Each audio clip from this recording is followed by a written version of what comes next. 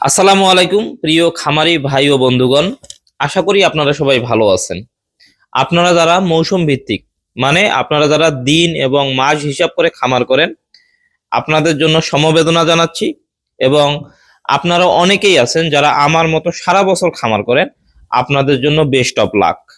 এই কথাটা আমি কেন বললাম আপনাদেরকে? কারণ আছে, অবশ্যই কারণ আছে। আমি আপনাদেরকে এতটুকু বলতে পারি, গত বছর প্লাস আমাদের 2026 সালের নতুন যে মাস শুরু হয়েছে, এই কয়েকদিনের ব্যবধানে বর্তমান যে গরুর দাম চলতেছে, এটা হচ্ছে সব থেকে বেশি দাম। তো আলহামদুলিল্লাহ আমি বলতেই পারি, আমার ভিডিও যারা দেখেন বা আমাকে যারা অনুসরণ করেন বা আমার পরামর্শে যারা খামার করছেন, আপনারা অত্যন্ত এই চালানে যারা গরু বিক্রি করবেন দ্বিগুণ লাভ করবেন। কথাগুলো কেন বলতেছি, কথাগুলো অবশ্যই আমি আপনাদেরকে একটু বিশ্লেষণ করে দিব।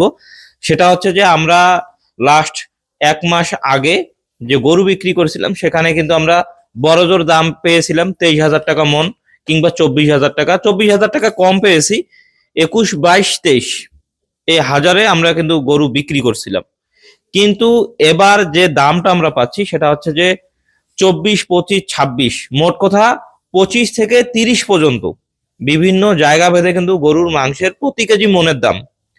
একবার চিন্তা করে দেখেন তাহলে, তার মানে একটা যদি আপনি 3 মনের গরু বিক্রি করেন, সেখান থেকে আপনার দাম আসতেছে 9,000 টাকা। 3 মনের একটা গরুর দামের পার্থক্য গত 1 মাসের থেকে এখন 9,000 টাকা। তার মানে আমরা বলতেই পারি একটা গরু বিক্রি করলে 2টা গরুর লাভের সমান হচ্ছে। তো আলহামদুলিল্লাহ আমার খামারে এই আমি 20 দিনের ভিতরে গরু বিক্রি করব মোটামুটি 20টারও বেশি, 20টারও অধিক আমি গরু বিক্রি করতে পারবো।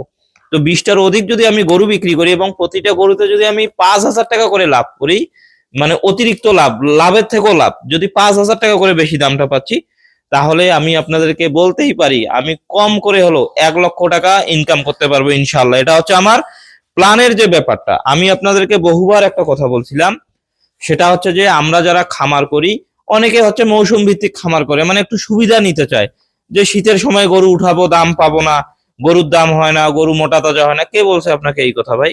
কোথা থেকে শিখেছেন এগুলা? এগুলো একদমই ভিত্তিহীন। আপনারা দেখুন, আমরা শীতের সময় গরু কিনছি, খুরা রোগ হয়েছে, কত ফাইট করলাম, কত কি করলাম। এখন দেখুন আমাদের কিন্তু একটা সুখের সময় চলে আসছে। এটাই কিন্তু ব্যবসার নিয়ম। প্রতি বছর যে আপনি সমান লাভ করবেন সেটা না।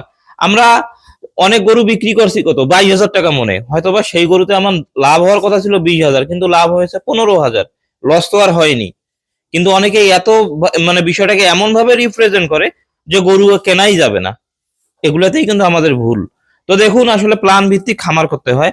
আমি যে গরুগুলো কিনছি আপনারা জানেন, ধারাবাহিকভাবে যে গরুগুলো, ওই যে ওই মাথা থেকে শুরু করে এই মাথা পর্যন্ত, এই গরুটার খুরা হয়েছে, তো এটা আলহামদুলিল্লাহ সুস্থ হয়ে গেছে।